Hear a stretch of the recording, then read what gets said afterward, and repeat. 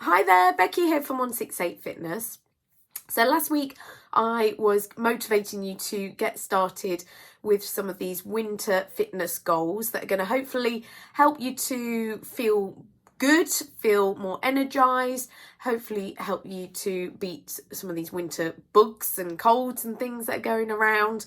And just get you feeling good coming up to the Christmas period where maybe you're going to overindulge a little bit, and we're going to burn some calories so that it's damage limitation and just all of the positive benefits of starting an exercise plan. So as I said last week, my goal for you over the next sort of few weeks is to get you up to doing 90 minutes of exercise.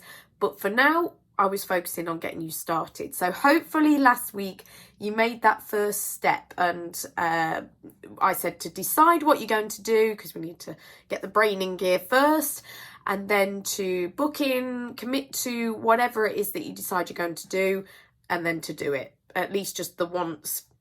Get started. Whatever it is you decide to do or have decided to do, hopefully you have got started. If you haven't, you didn't, for whatever reason, you didn't make that first step, and you didn't either book in, or you didn't actually attend, or you didn't do that first exercise session, class, whatever it was, don't fear, just do it this week. Make sure you get started. I can't say enough how good you're going to feel. No one's ever regretted starting an exercise plan, because although it might feel short term, a bit like hard work, and you've got to think about it, and you've got to actually do it, and physically maybe you ache afterwards and you wonder whether it was actually such a good thing after all. But I promise you the benefits always outweigh any of that sort of physical kind of aches and pains and things like that. You will always feel better, and the health benefits and everything else will always outweigh any of the short-term pain that you might feel. So the key thing is to get started if you haven't already.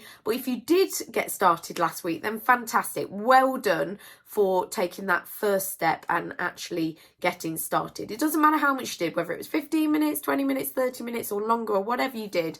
It's a first step. So this week, what I want you to do, if you did get started, then I want you to try and increase it to a couple of times a week. If you just did the one session last week, then that is fantastic.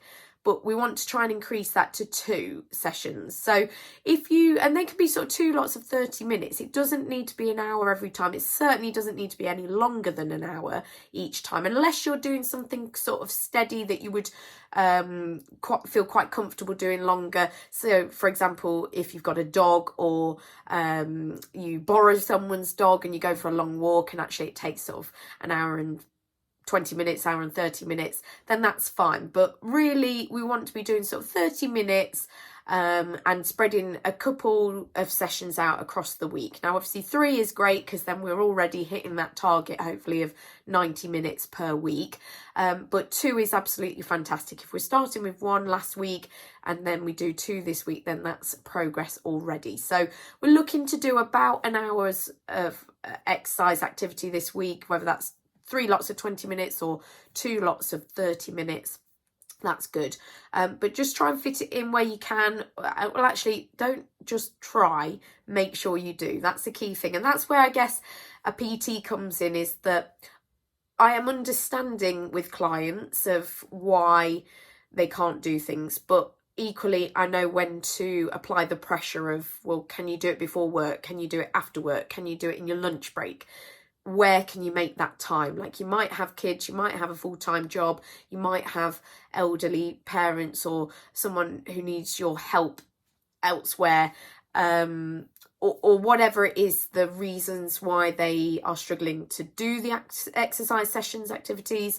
But I can help you to I can help you to think about it in different ways and make the time, because it's all about making the time. We all have the same amount of hours in the day, it's just how we choose to spend them. So make sure that you are putting yourself first for at least an hour a week. That's all that this is. So a couple of times a week, going out for a walk, going to do a run, going swimming, going for a PT session, whatever it is, whatever fits for you, whatever you enjoy as well. That's the key thing as well. Make sure you enjoy it. And if you tried something last week and actually you thought, no, I don't want to do that again, that's okay too. Just, you don't have to do what someone else is doing or what you think is the best exercise for feeling good or burning calories or whatever your friend is doing or someone at work said's really good. You don't have to do that. Great if you want to try it, great if it works for you, but you need to find something that works for you personally, and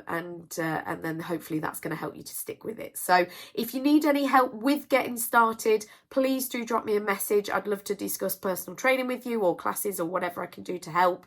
But if you are good to get going yourself, then please do, and I'll be back next week with some more top tips.